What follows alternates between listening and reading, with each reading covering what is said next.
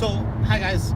We're kind of running over. I just got a call from somebody in Gold Street, and Miss Jackie needs help on a property that she is looking at. So, what I thought is, why not go over, run over? So, this is another property which basically, if it works out at the right number, this is a home run deal.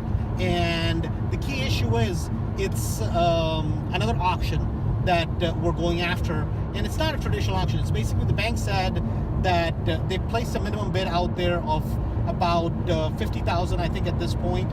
And now the question is, they're saying pretty much put in your highest and best, and you kind of win the bid. So the property's a mess. We know there was a huge leak in the roof, and we're going to go out there and find out. So if you're looking for deals, if you're somebody who says, oh my God, I want to find deals like these guys at Chicago Flipping, guess what? You're going to have to run out there at a short notice sometimes to go look at the right properties. So in a minute or two, we should be at the home, and then we'll look at it and we'll figure out what makes sense. So, hi guys. We're kind of running over. I just got a call from somebody in Gold Street, and Miss Jackie needs help on a property that she is looking at. So what I thought is, why not go over, run over? So this is another property which basically, if it works out at the right number, this is a home run deal. And the key issue is, it's another auction that we're going after, and it's not a traditional auction. It's basically, the bank said that they placed a minimum bid out there of about 50,000, I think, at this point. And now the question is, they're saying pretty much put in your highest and best, and you kind of win the bid. So the property's a mess. We know there was a huge leak in the roof, and we're going to go out there and find out. So if you're looking for deals, if you're somebody who says, oh my God, I want to find deals like these guys at Chicago Flipping, guess what? You're going to have to run out there at a short notice sometimes to go look at the right properties. So in a minute or two, we should be at the home, and then we'll look at it and we'll figure out what makes sense. Okay, so here we are at the property. So, I mean, this thing is a royal mess. You guys can see kind of the roof in there. We don't have access yet to the inside of the property, so it's basically a complete mess. The other thing that one of the negative factors we look at is that the driveway, it pitches kind of towards the house, so clearly there needs to be a grate or something put all the way at the bottom whenever somebody does a flip rehab, because that's going to be a issue. I wish I could shoot some of the interior footage, because I think we would capture some really fun mess inside. We'll see if we can get into it a little bit later, but we wanted to come out and take a look at the property for Miss Jackie, so that she can make a informed decision as to what to do with the property. Okay, so hi guys, this is Andrew, and we have Ms. Jackie on the webinar today because she made, I guess, what we call is a 911 call to us. In this case, it's not a emergency 911; it's a house emergency 911. So, Ms. Jackie, what's up? Found a property on auction.com, and auction actually ends this morning. And it's for a 2-bedroom, and the question is, does it have 1 or 2 baths, which we can't tell because we can't get into the property. I could tell it had roofing issues from the outside. Also, from looking in the windows, you could see debris on the living room floor from said roofing issue. It looks rough on the inside from what I can see. But the outside doesn't look too bad. It's in a pretty good area, which is Palatine, Illinois. And just wanted your help to find out, should I bid on this thing? Should I not? Should I bid on it to hopefully wholesale it? Should I bid on it to maybe work on it myself or hold it for a rental, or what to do? So Okay, that's my 911. So the next, I guess, process is going to be is that it's going to be basically going through the property and taking a look at it. So I'm going to kind of, for everybody that is not on the webinar, we're going to clip in at a later point and show kind of the video of what we saw when we went out to the property. So at this point, we already have an idea of that because yesterday um, I did go out for you and took a look at it before I knew I was going to record this. And we're going to go through the process that we would for mastery. I'm just going to do it kind of really quickly so that at least you get an idea exactly what to bid on it. So the whole process. So at this point, we have already looked at the property and we're going to figure out what makes sense, what are the numbers, and what should we bid on it, and how do we go through that process. So it's a three-step process. Obviously, number one is the property, taking a look at it, visual outside inspection, if inside inspection is possible. Then we do what it's called a three-pager. So I went through the three-pager and kind of, I don't have the filled out version here, but I kind of went through the whole entire thing. What are the good things? What are the property details here? Then what are we going to do with it? In this case, is either it's a flip or a wholesale. And then we went through, okay, what is the due diligence process? So the last piece of it, I have not done yet because we will have a little bit of time. We did do a FOIA already, but we don't have a response back yet. And then I want to kind of really briefly go through kind of the numbers. So let's go through the numbers on this. First, figure out okay, how much would it take to fix this property? So let me close the three-pager out and see, where did I put? Okay, here we go. So what I did was, Ms. Jackie, after our visit yesterday, I went through and I filled out the three-pager, page one, and I filled out the quick rehab estimator. So I put in kind of all the values of what it would cost in terms of repairing this entire property and making it mint. So if you're going to wholesale it, you need to know that. If you're going to flip it, you need to know that, especially if you're going to flip it. But I'm coming up with an estimate of about 84,000, assuming we're not running into any big problems. That's kind of where it's going to be. Now, there may be a little bit more for landscaping and such, so I'm going to basically work off of about a $90,000 number. I think we will be very, very safe with that number. May be able to be done a little bit cheaper, but that's kind of the number, at least at this point, that we feel comfortable with. So that's the number we will work off of. So let's go first and let's kind of look at the comps a little bit and see exactly what the property is and what it looks like. And so, okay, so you had said the property is in Palatine. So I kind of went in the MLS, pulled up all the properties that are active. We want to get an idea of what are the comps in that area. What does a property like that sell like? Now this can be done through Zillow, Redfin, a bunch of different apps. Obviously, MLS makes our life easier. So first, I'm going to kind of look in 12 months what has happened in that adjacent area. So I put this house over there in the center, and I said about a half-mile radius because I don't need to go a mile out because this is a fairly populated area. So we're going to say okay, and then let's see how many properties come up. So 56 properties. So pretty, a lot of stuff going on. And if we put view maps, map results, so there are properties. The most inexpensive property right now is 152,000, which is a ranch. And then if we go on the high side, we're going to have obviously much larger homes, which are going to be around, all the way to 700,000. I thought it was stop at 550. So these are clearly completely new construction. So we know we don't have this in that particular property. So we're going to go back and then refine our criteria a little bit. We're going to go max of 3 bedrooms is what we're going to put because we know there's no way to put four bedrooms in this property just can't be done.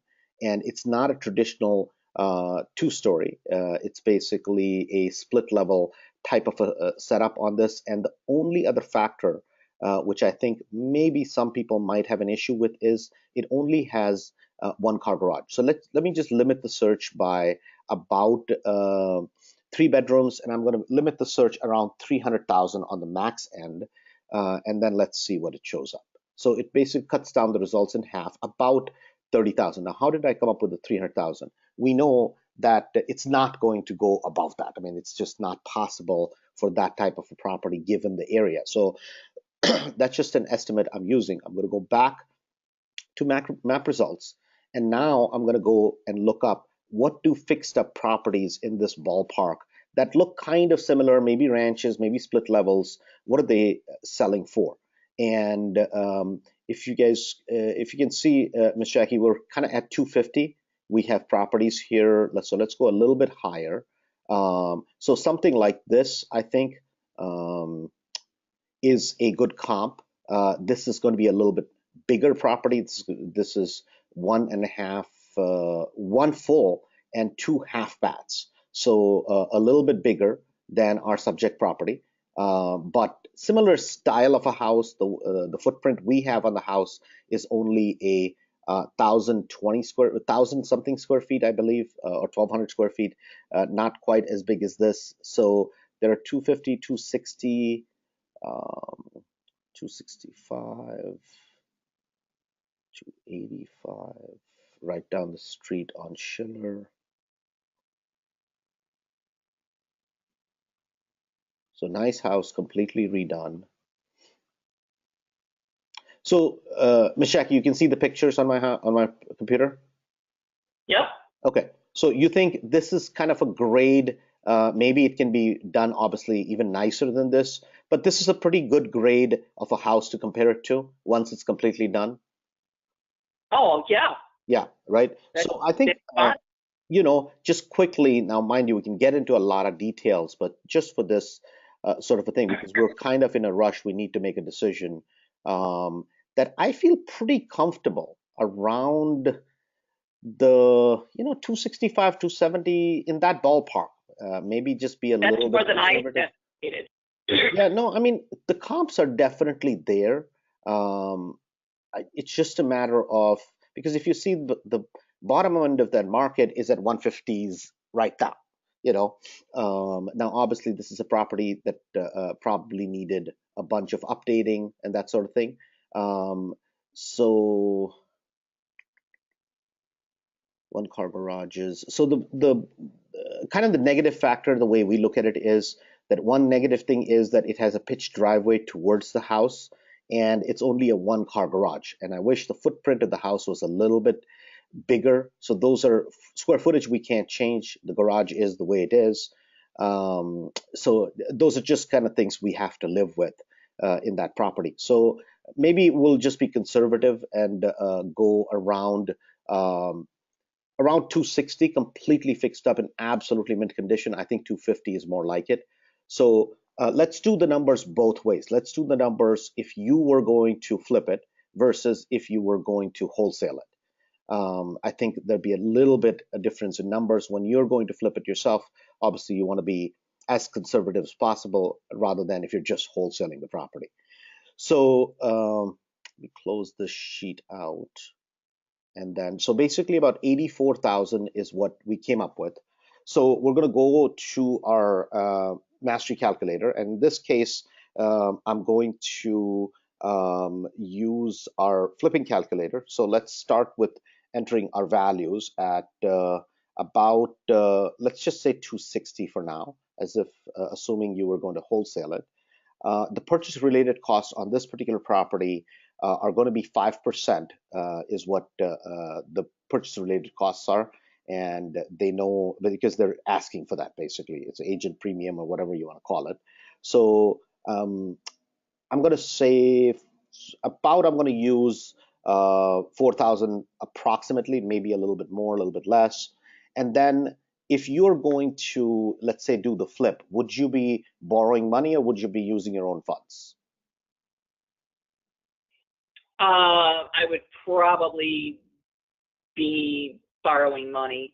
You'd be borrowing money. Okay, so let's say that you're going to, so basically, I'm just going to take a guesstimate on it, and I'm going to guesstimate it about for every 100,000, 1% a month or so is what I'm going to basically base it on. So based on that, I'm going to basically be 1,800 per month. That is your carrying cost, and whole time I'm going to put it for 8 months just because to be conservative.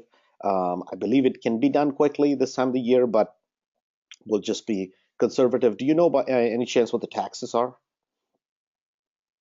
I can find out, but I don't have that Okay, it's going to be about handy right 4 or 5 thousand. So I'm going to just use 500 bucks, for right now, and I'm going to use about 60 bucks per month for insurance costs. And we said 84,000, so let's just go with a 85,000 number here for from a rehab perspective.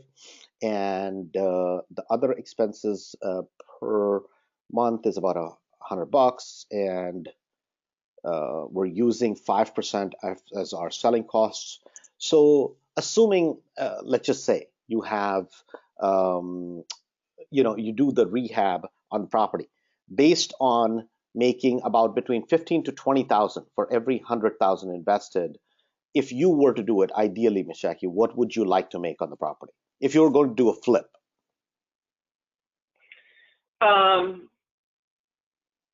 this kind of property based on what we're talking. Well, I mean, you almost what have would to. your ideal number be? Let's just go from there. About 100,000. You want to make 100,000 on it? I think that's going to be Sure. bit aggressive. So I think a reasonable number on a property like this is about 50 to 60,000.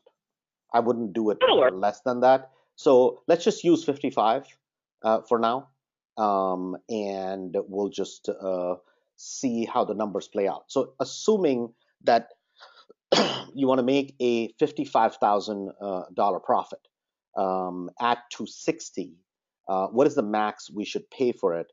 The max that you can afford to pay for the property, assuming property is going to sell around 260, all these numbers are kind of within the lines. That means your total cost on the property is 180 in terms of repairs, in terms of all that kind of stuff.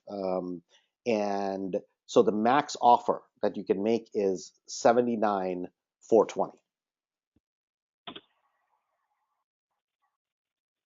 Hello. Hello. So now the question is that can you get it for that price, or are the bids even over that right now?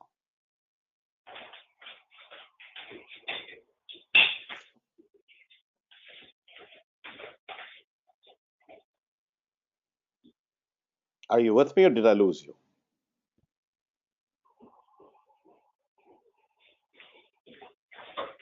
Miss Jackie, are you there? Sorry, having technical difficulties on my end. No problem.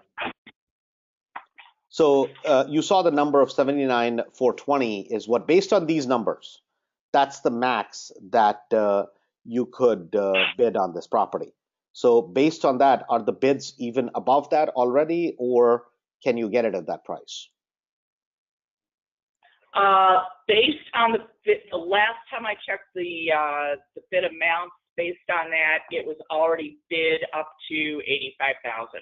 Up to 85,000. So somebody thinks that they can basically, either they think that they can sell the property for more, which I doubt it, or they think they can do the repairs at a little bit less money. So let's just say, let's just assume for a second that the repairs could be done for 65. I'm not saying they can be. I'm just saying, let's just say they could be. So if they could be done for 65,000, what it'll do is it'll kind of change our number, that you could pay up to $99,000 for that property and still be okay, assuming that the repairs could be done for 65,000. Now, this is going to be your first flip. So I would basically be as conservative as humanly possible and not be, as liberal with it. If you had done a ton of these, then it would be a little bit different. So based on that, if assuming that repairs could be at 65, then you could get this property done and pay up to 99,000, so almost 100,000 you could pay for the property, and or you'd have to be willing to take a lesser profit. Or you'd have to be taking a lesser profit. So now the way I came up with 55 on this particular property is that what I looked at was, okay, how much work is there? So there's a lot of work. So somebody really is going to have to pay attention to what is going on with this property. Otherwise, what's going to happen is, guess what? Your numbers are going to go askew. So it's not going to work out. So based on that, I mean, if I was to suggest a price, I would say you can't, based on our numbers, you really can't go higher than maybe 90 at max. Max. And this would not be a good property to bid on in this particular situation, just given the situation, unless you're sure you can wholesale it to somebody that you know for sure, then it's a different issue. But I think there's too many unknowns in the property, and so this is not a property I would buy or I would bid on from a standpoint of trying to do a wholesale, because you may end up losing the $2,500 deposit that you're putting up.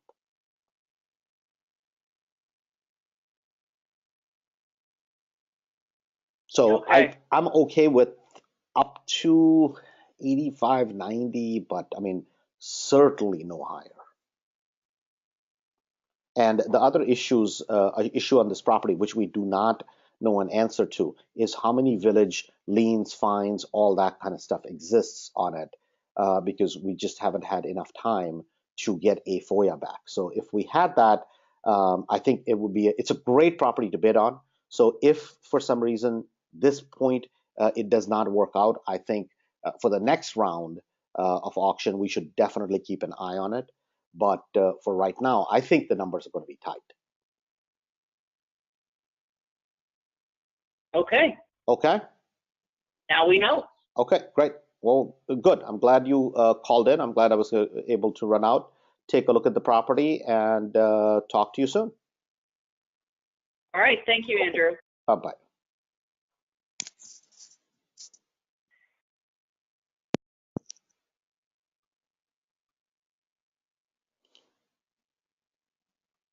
I'm still here. Okay, I can hear you. Okay, good. So you got an idea of what the numbers are supposed to be?